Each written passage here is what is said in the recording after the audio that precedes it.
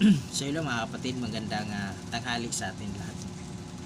So kahit nandito po ako sa duty, naka-duty po ako, pero okay lang, maglilingkod pa rin tayo sa Panginoon, no?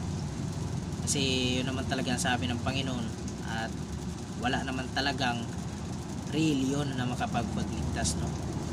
So may nagsabi na ang saan ba daw mahanap yung pagmamahal ng Diyos? Saan ba daw mabasa? So tatanong ko po sa inyo mga kapatid, kung may aklat po kayo dyan, may Bible po kayo dyan, hanapin po natin sa verse at sa kabanata, John 3 verse 16, no? John 3 verse 16. Mababasa po nyo dyan hanggang 19. Makikita nyo po hanggang 20 yan. Nakikita nyo kung ano ang sinabi ng Ama sa kay Kristo, no? So mga kapatid, ito pong ipapaliwanag ko po to sa inyo. Parte po to sa pagmamahal ng ating Panginoon, kung bakit siya nagsakripisyo at bakit siya na nagbibigay mensahe para sa ating lahat.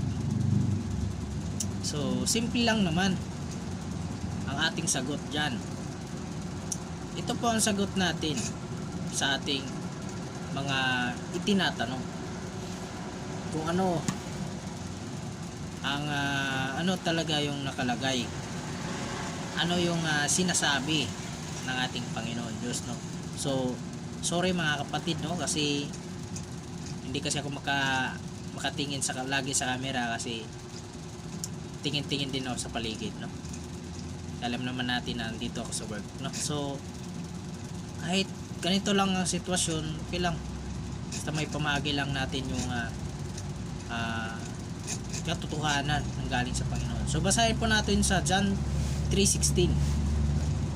Sapagkat ganito ang pag-ibig ng Diyos sa mga tao sa sanlibutan, ibinigay niya ang kanyang bugtong na anak, upang ang sino mang sumasampalataya sa kanya ay hindi mapahamak, kundi magkaroon ng buhay na walang hanggan. So ano bang nabasa natin mga kapatid, at ano ba nalalaman natin dito? So maliwanag po ang ating narinig at ang ating binasa, no? So dito na po natin nakita ang pagmamahal ng ating Diyos, no? Kaya ibinaba si Jesucristo para meron may magligtas sa ating buhay. Ganoon po tayo kamahal ng ating Ama na nasa langit, no? So kaya binaba po si Kristo para sa atin at iligtas tayo sa ating mga kasalanan, para po tayo sumampalataya sa kanyang anak, para mabigyan tayo ng buhay na walang hanggan. So kailangan talaga natin dumaan muna sa kanyang anak, bago tayo makarating sa kanyang Ama, no? So ito yung papaliwanag. Basahin po natin sa John 3 verse 17. Sapagkat hindi sinugo ng Diyos ang kanyang anak dito sa mundo upang hatulan ng parusahan ang mga tao, kundi upang iligtas sila, no? So maliwanag po ang sinabi, hindi po sinugo ng Diyos ang kanyang anak dito sa ating mundo, no, para hatulan tayo. Binababa po dito si Kristo para iligtas tayo sa ating mga kasalanan na nandito sa mundo na puno ng kasamaan. So iyon po yung sabi ng ating Panginoon, yung Ama niya. Yun po ang sabi. So basahin po natin dito sa John 3 verse 18. Ang sumasampalataya sa kanya ay hindi hahatulan ng kaparusahan. So dito na po natin nabasa dito sa 18, John 3 verse 18. Pag once na po tayo mananampalataya sa ating Panginoong Hesukristo, yun ang sabi ng kanyang Ama, no? Pag once na sumasampalataya tayo sa kanya, bibigyan tayo ng buhay na walang hanggan ng kanyang Ama. Bibigyan tayo kasi ang kanyang Ama talaga ang naglikha sa atin. So basahin natin, ngunit ang hindi sumasampalataya ay hinahatulan na dahil hindi siya sumasampalataya sa kaisa-isang anak ng Diyos. So ganun po ang sinabi dito na isinulat ni John. Kailangan talaga natin sumasampalataya, pero hindi naman sa ibig sabihin na pag sumasampalataya tayo ay pa, pinaparusahan na tayo na matindi. Sakto lang, tama lang, na para yung makikita natin yung pagmamahal ng Diyos. So mga kapatid, ito po itatalakayin natin dito sa verse 19, no? John 3 verse 19, no? Basahin po natin mga kapatid. Hinatulan sila dahil dumating ang anak ng Diyos bilang ilaw dito sa mundo. Ngunit mas ginusto nilang manatili sa dilim kaysa lumapit sa kaya na nagbibigay liwanag, dahil masama ang mga ginagawa nila. So binaba dito sa ating Panginoon Jesucristo para po siya po ang magliwanag sa atin, na makita natin yung ginagawa niya, no? So bakit po ba natin hindi natin siya nakikita at naalam kung paano? So ano kayang so basahin natin ulit mga kapatid, kasi para hindi malabo, no? So ulitin natin. John 3 verse 19. Hinahatulan sila dahil dumating ang anak ng Diyos bilang ilaw dito sa mundo. Ngunit mas ginusto nilang manatili sa dilim kaysa sa lumapit sa kanya na nagbibigay liwanag, dahil masama ang mga ginagawa nila.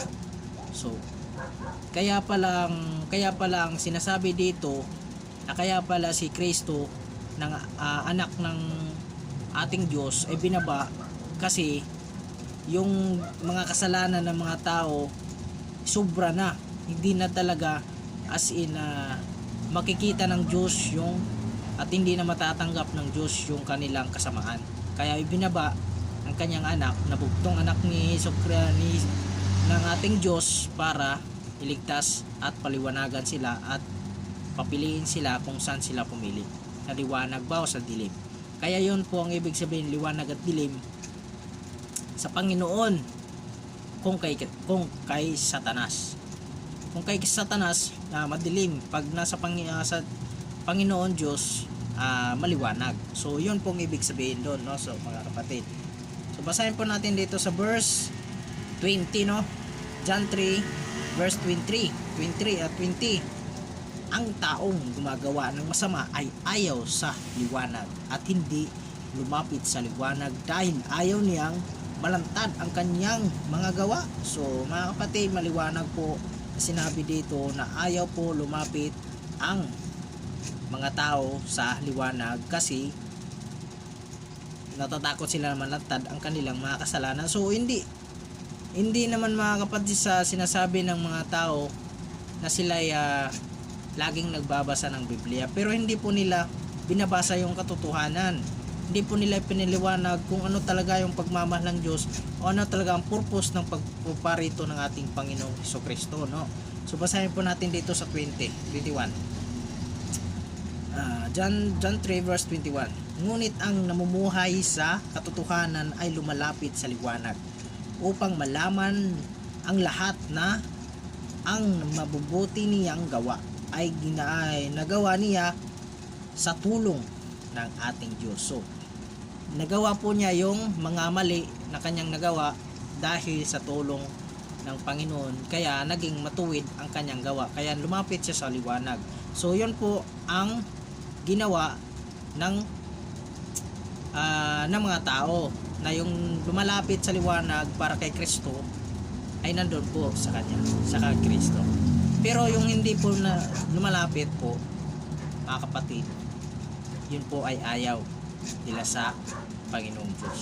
Gusto lang po nila, yung masunod nila yung laman lang nila, yung sariling desisyon lang nila. Hindi nila iniisip na ang buhay nila ay hindi sa kanila. So mga kapatid, ang buhay po natin, kung alam po natin, ang buhay po natin ay hindi po atin. May nag-aari po ng ating buhay. Yun po ay ang banal na espiritu. Yun po ang may-ari ng ating buhay dito sa mundo. Siya po ang may-ari nito. Kaya kapatid, naway may naunawaan kayo at may natutunan kayo dito mga kapatid. Hanggang dito na lang mga kapatid yung ating pagbibigay balita ng Bisaya galing sa ating Panginoon Diyos, no, dito sa ating Bibles, no.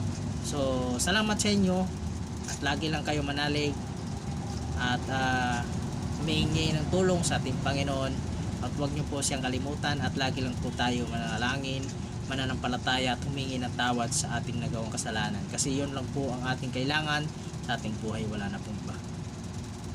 So mga kapatid, hanggang dito na lang. God bless to all. Naway pagpalain kayo ng Diyos at ingatan sa lahat ng panahon.